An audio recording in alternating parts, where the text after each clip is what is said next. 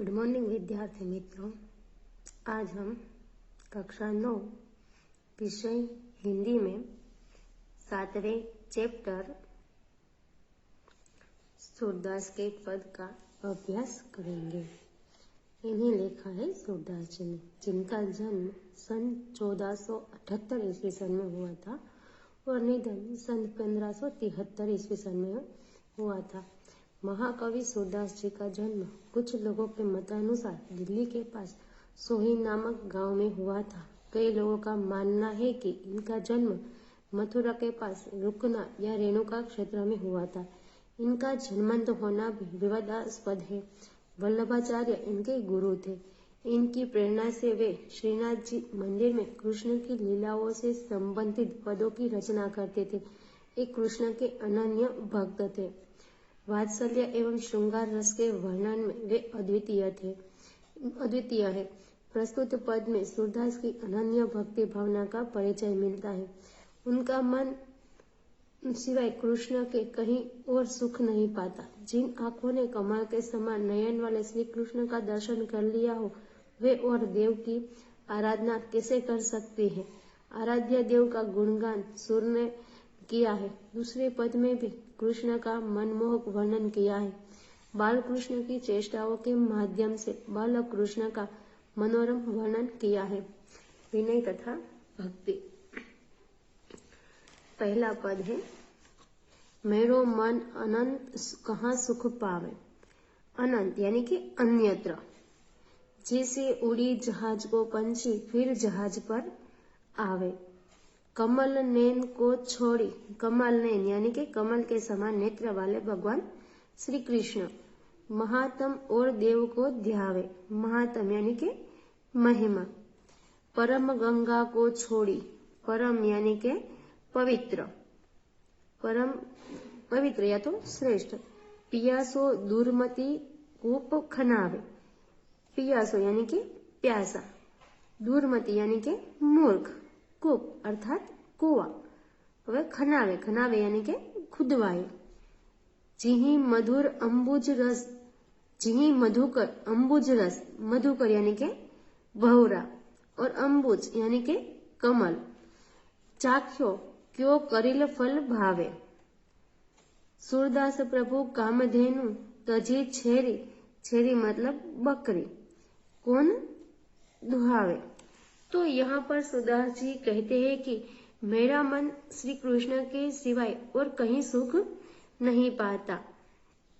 जैसे जहाज का पंछी जो है वह जहाज से उड़कर पुनः जहाज पर ही आता है, उसी तरह मेरा मन जो है वह अन्य देवताओं के यहाँ से भटक कर फिर श्री कृष्ण के चरणों में लौट आता है। कमल नयन श्री कृष्ण की महिमा छोड़कर वह अन्य किसी देवता का ध्यान कैसे कर सकता है। यदि कोई प्यासा व्यक्ति जो है वह पवित्र गंगा जल को छोड़कर अपनी प्यास बुझाने के लिए यदि कुआं खुदवाएगा तो उनसे बड़ा मूर्ख भला और कौन होगा। तो हम तो उन्हें मूर्ख ही कहेंगे, कोई बुद्धिशाली तो कहेंगे नहीं। जिस भौरे ने कमल के रस का स्वाद चख लिया हो तो उसे करिल का फल कैसे अच्छा लगेगा। सूरदास जी कहते हैं कि मेरे प्रभु तो कामधेनु के समान है, उन्हें छोड़कर बकरी कौन दुहाएगा। आगे है दूसरा पद है, शोभित कर नवनीत लिए। नवनीत यानी के मक्खन और कर यानी हाथ। कुटुरुनी चलत रेणु तन मंडित मुख दधी लेप किए। तो रेणु मतलब के धूल। रेणु का अर्थ होता है धूल।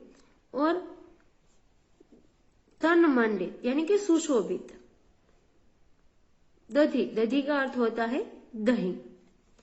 चारु कपोल लोल लोचन गोरोचन तिलक दिए।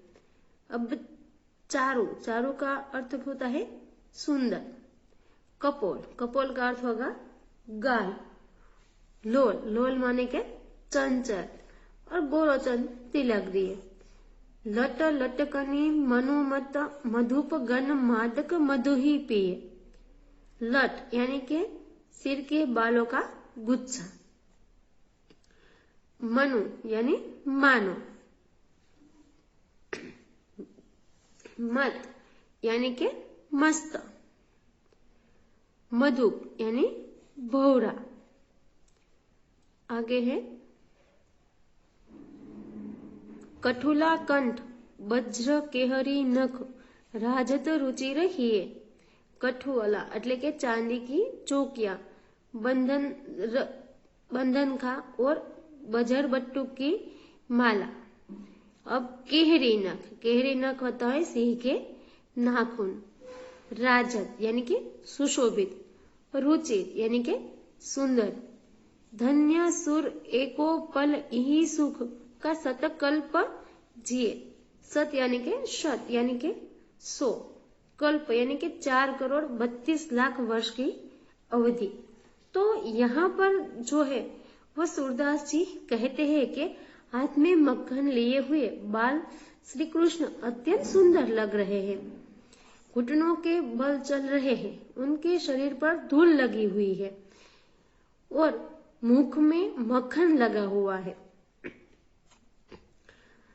उनके गाल सुंदर और नेत्र चंचल है। उनके माथे पर गोरोचन का तिलक जो है वह लगा हुआ है। उनके सिर के दोनों ओर लटे झूल रही है। उनके सिर के दोनों ओर क्या हो रहा है, उनकी बालों की जो लटे हैं वह झूल रही है। वे मस्त मधु पीकर मस्त हुए भौरों के समान लग रहे हैं।